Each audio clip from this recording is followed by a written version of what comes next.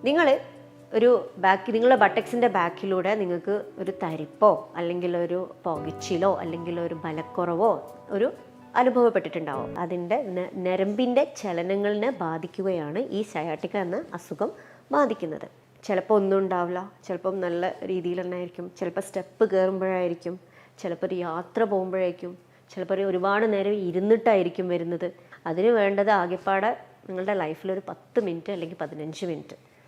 ഇത് ചെയ്ത് കഴിഞ്ഞാൽ ഉണ്ടാവുന്ന ബ്ലഡ് ഫ്ലോ കൂടും, ഓക്സിജൻ കൂടും. സയാട്ടിക്ക എന്നത് ഊരവേദനയായിട്ട് ഒരു ഡോക്ടറെ അടുത്ത് പോയി കഴിഞ്ഞാൽ നിങ്ങൾ കേട്ടിട്ടുള്ള ഒരു വാക്കായിരിക്കും. നിങ്ങളുടെ ബട്ടക്സിൻ്റെ ബാക്കിലൂടെ നിങ്ങൾക്ക് ഒരു തരിപ്പോ അല്ലെങ്കിൽ ഒരു പുകച്ചിലോ അല്ലെങ്കിൽ ഒരു ബലക്കുറവോ ഒരു അനുഭവപ്പെട്ടിട്ടുണ്ടാവും. ഇതിന് ഡിസ്ക് ബൾജ് കാരണമാണ് ഇത് വരുന്നത്. അപ്പം ഈ ഡിസ്ക് ബൾജ് വന്നു കഴിഞ്ഞാൽ അതിൻ്റെ കനാലിൽ തട്ടിയിട്ട് അതിൻ്റെ ഞരമ്പിൻ്റെ ചലനങ്ങളിനെ ബാധിക്കുകയാണ് ഈ സയാട്ടിക്ക എന്ന അസുഖം ബാധിക്കുന്നത്. ഇതിൽ പല തരത്തിലുണ്ട്, രണ്ട് തരത്തിലുണ്ട്. അക്യൂട്ടും ഉണ്ട്, ക്രോണിക്കും ഉണ്ട്. അക്യൂട്ട് എങ്ങനെയാണ് വരുന്നത് എന്നുള്ളത് ഞാൻ ഇതിൻ്റെ മുന്നേ ഉള്ളൊരു വീഡിയോയിൽ എക്സ്പ്ലെയിൻ ചെയ്തിട്ടുണ്ട്. ഇനി നമുക്ക് ക്രോണിക്കിലേക്ക് കടക്കാം.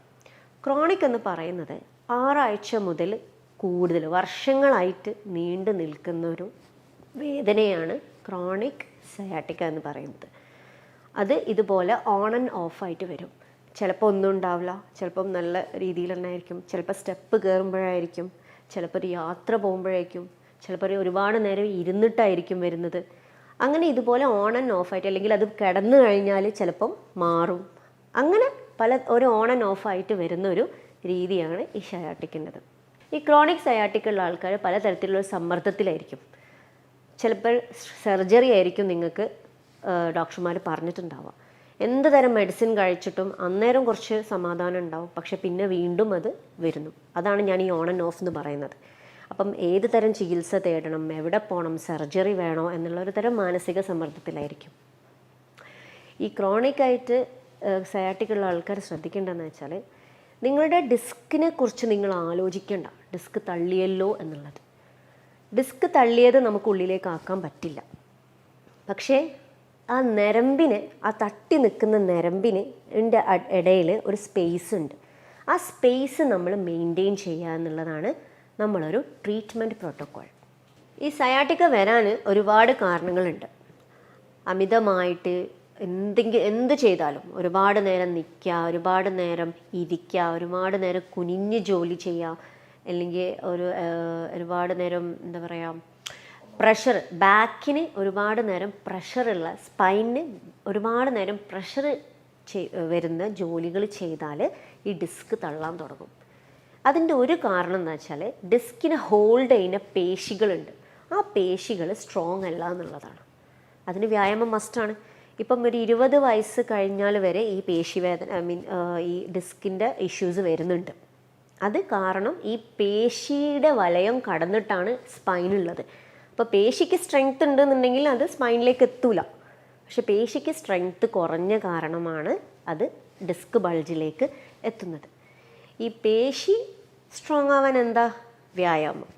അതിലുപരി ഒരു ഒറ്റമൂലി ഇല്ല. അത് കൃത്യമായിട്ട് ഓടാനോ ചാടാനോ ജിമ്മിൽ പോകാനോ ഒന്നുമല്ല. സിമ്പിളായിട്ടുള്ള സ്ട്രെച്ചിങ് എക്സസൈസ്. നിങ്ങളുടെ ഒരു ഡേ തുടങ്ങുന്നതിന് മുന്നേ സിമ്പിളായിട്ടുള്ള സ്ട്രെച്ചിങ് എക്സസൈസസ്, അല്ലെങ്കിൽ കുറച്ചൊരു കോർ സ്ട്രെങ്തനിങ് എന്ന് പറയും. നമ്മൾ കോർ എന്ന് പറഞ്ഞു കഴിഞ്ഞാൽ നമ്മളെ സ്പൈന് ഹോൾഡ് ചെയ്യുന്ന ആ ഒരു ഭാഗത്തിനെ നമ്മൾ കോർ എന്ന് പറയുന്നത്. ആ core strengthening exercise, stretching exercise മാത്രം ചെയ്താൽ തന്നെ നിങ്ങൾ ഈ പറഞ്ഞ വലിയ പ്രശ്നങ്ങളൊക്കെ നമുക്ക് ഒഴിവാക്കാൻ കഴിയും. അതിന് വേണ്ടത് ആകെപ്പാടെ നിങ്ങളുടെ ലൈഫിൽ ഒരു 10 മിനിറ്റ് അല്ലെങ്കിൽ 15 മിനിറ്റ്. ഇത് ചെയ്ത് കഴിഞ്ഞാൽ ഉണ്ടാവുന്ന ബ്ലഡ് ഫ്ലോ കൂടും, ഓക്സിജൻ കൂടും. നമ്മളുടെ പേശികളിലേക്ക് ഓക്സിജനും രക്തോട്ടവും കൂടി നീർ കെട്ടാനുള്ള, ഇപ്പോൾ ഈ ഒരുപാട് ജോലി ചെയ്യുന്ന സമയത്ത് നീർക്കെട്ടാണല്ലോ വരുന്നത്. അതാണ് ഡോക്ടർമാരുടെ അടുത്ത് പോയി കഴിഞ്ഞാൽ നീരുണ്ട് എന്ന് കാണും. നിങ്ങൾക്ക് തന്നെ നോക്കാം, കാലിൽ നീര് വന്നു കഴിഞ്ഞാൽ ഒരു കുഴി പോലെ ആവും. അതേപോലെ തന്നെയാണ് പേശിയുടെ പല ഭാഗത്തും വരുന്നത്.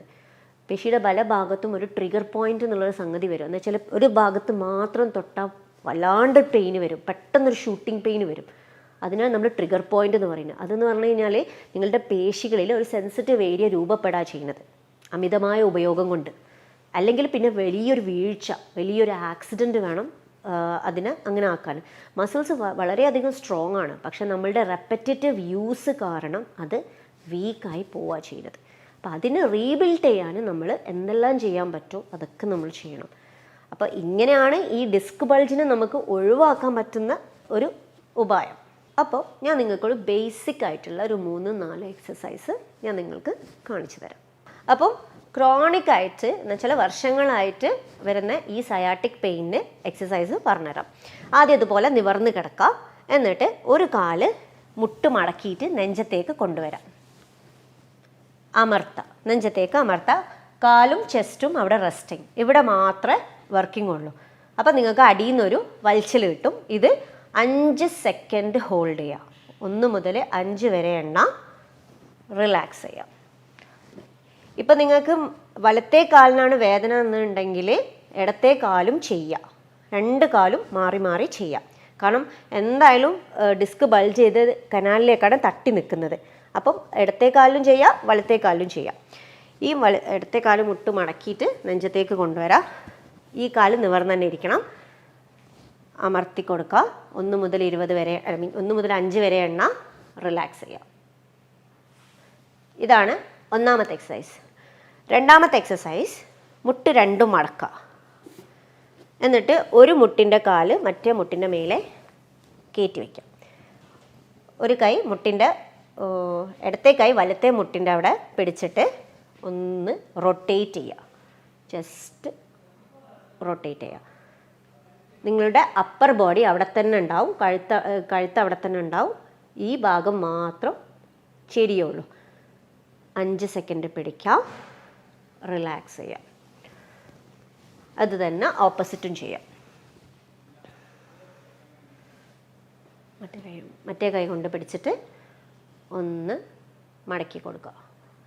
5 സെക്കൻഡ് നേരം പിടിക്കാം, റിലാക്സ് ചെയ്യാം.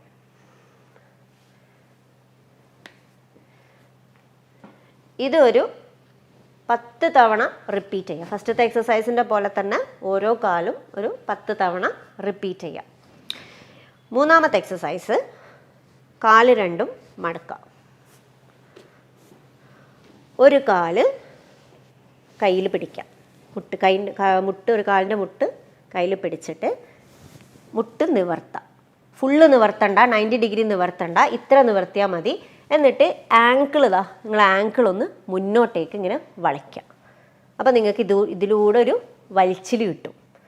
ഇതും ഒരു 5 സെക്കൻഡ് ഹോൾഡ് ചെയ്യാം, റിലാക്സ് ചെയ്യാം. ഇത് ചെയ്യുമ്പോൾ ഓപ്പോസിറ്റ് കാലം ഒന്നെങ്കിൽ നിവർത്തി വെക്കുക, അല്ലെങ്കിൽ മടക്കി വെക്കുക, നിങ്ങളുടെ സൗകര്യം. മുട്ട് നിവർത്താം. ശ്രദ്ധിക്കേണ്ടത് മുട്ട് ഫുള്ളായിട്ട് നിവരണ്ട, ഇത്ര നിവർന്നാൽ മതി. 90 ഡിഗ്രി ഫുള്ള് പോകണ്ട, ഇത്ര നിവർന്നാൽ മതി. എന്നിട്ട് ആംഗിൾ ഒന്ന് മടക്കി കൊടുക്കാം. 5 സെക്കൻഡ് ഹോൾഡ് ചെയ്യാം, റിലാക്സ് ചെയ്യാം. നാലാമത്തെ എക്സസൈസ്, കാല് രണ്ടും മുട്ട് മടക്കുക. എന്നിട്ട് നിങ്ങളുടെ ഊരൻ്റെ ഒരു ഭാഗമുണ്ട്, അതിനൊന്ന് ടിൽറ്റ് ചെയ്യാം. ബെഡിൻ്റെ മേലേന്നും ഇത് പൊന്തൂല, പട്ടക്സ് പൊന്തൂല, ജസ്റ്റ് ഉള്ളിലേക്കാക്കി കൊടുക്കുക എന്നുള്ളത്. അത് നിങ്ങളുടെ സ്പൈനെ ഒന്ന് റിലാക്സ് ചെയ്യുക എന്നുള്ളതിൻ്റെ ഒരു ഭാഗമായിട്ടാണ്. ജസ്റ്റ് ഒന്ന് ഈ ഒരു ഭാഗം ഒന്ന് ഉള്ളിലേക്കാക്കുക, നിവർത്താം, ഉള്ളിലേക്കാക്കുക, നിവർത്താം. ഇതൊരു 10 പ്രാവശ്യം ചെയ്താൽ മതി. എന്നിട്ട് റിലാക്സ് ചെയ്യാം.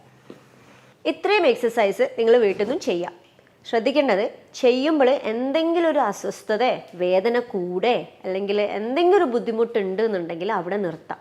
അത് ചെയ്യുന്ന രീതിയിൽ എന്തോ പ്രശ്നമുണ്ട് എന്നാണ് ആ വേദനക്ക് കാരണം.